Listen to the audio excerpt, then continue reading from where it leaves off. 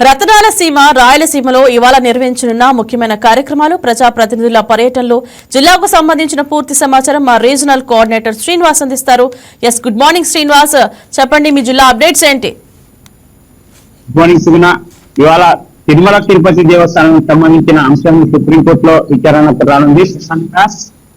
తిరుమల తిరుపతి దేవస్థానం సంబంధించిన కల్తీ నెయ్యి వ్యవహారంపై ఇప్పటికే సిట్ అధికారులు నివేదిక సమర్పించిన నేపథ్యంలో అందుకు బాధ్యులైన వర్గాలపై చర్యలు తీసుకునే నిమిత్తం రాష్ట్ర ప్రభుత్వం ఈ నెల 3న ఏర్పాటు చేసిన ఒక కమిటీ, ఒక రిటైర్డ్ ఐఏఎస్ అధికారి దినేష్ కుమార్ నేతృత్వంలో ఏర్పాటు చేసిన కమిటీ నియామకాన్ని తప్పుపడుతూ సవాల్ చేస్తూ తమిళనాడుకు చెందినటువంటి మాజీ ఎంపీ, బీజేపీ ఎంపీ సుబ్రహ్మణ్య స్వామి సుప్రీంకోర్టులో పిటిషన్ దాఖలు చేశారు. ఈ పిటిషన్ ఇవాళ విచారణకు రానుంది. ప్రధానంగా ఇప్పటికే సుప్రీంకోర్టు నేతృత్వంలో అపాయింట్ చేసినటువంటి సిట్ టీము సుదీర్ఘంగా తిరుమల కల్తీ నెయ్యి వ్యవహారంపై విచారణ చేసి ఇటు నెల్లూరు ఏసీబీ కోర్టులో పిటిషన్ దాఖలు చేసిన నేపథ్యంలో మళ్ళీ రాష్ట్ర ప్రభుత్వం ఒక ప్రత్యేక కమిషన్ ఏర్పాటు చేయడాన్ని సుబ్రహ్మణ్య స్వామి తప్పుపడుతూ సుప్రీంకోర్టులో పిల్ దాఖలు చేశారు. ఈ పిటిషన్ ఇవాళ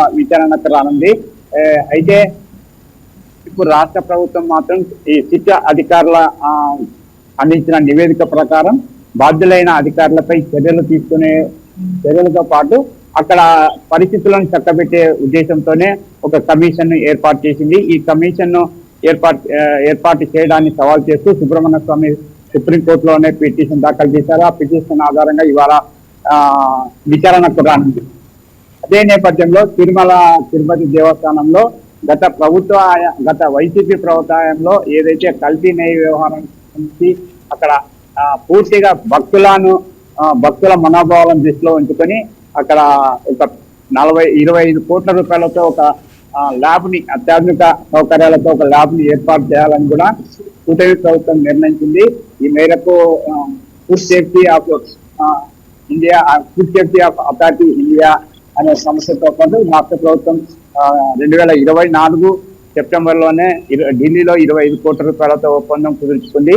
ఈ 25 కోట్ల రూపాయల ల్యాబ్ ను వచ్చే నెలలో ప్రారంభానికి సిద్ధం చేస్తున్నారు. రాష్ట్ర ప్రభుత్వం గత ప్రభుత్వంలో చోటు చేసుకున్న ఈ కల్తీనే ఈ వ్యవహారానికి సంబంధించి దృష్టిలో ఉంచుకొని తిరుమలలో భవిష్యత్తులో రానున్న రోజుల్లో ఇది ఎటువంటి కల్తీ జరగకుండా కల్తీని నివారించేందుకు ఈ ల్యాబ్ ఏర్పాటుకు 2024లోనే కూటమి ప్రభుత్వం నిర్ణయం తీసుకుంది. ఈ మేరకు food safety of authority of India సంస్థతో ఒప్పందం కుదుర్చుకొని ఆ మేరకు గత 2024లోనే ల్యాబ్ కు సంబంధించి 12,000 ఎస్ఎఫ్టీ విస్తీర్ణంలో దాదాపు 2 అంతస్తుల నిర్మాణాన్ని కూడా చేపట్టారు. దాదాపుగా 90% ల్యాబ్ నిర్మాణం పూర్తి కావచ్చింది.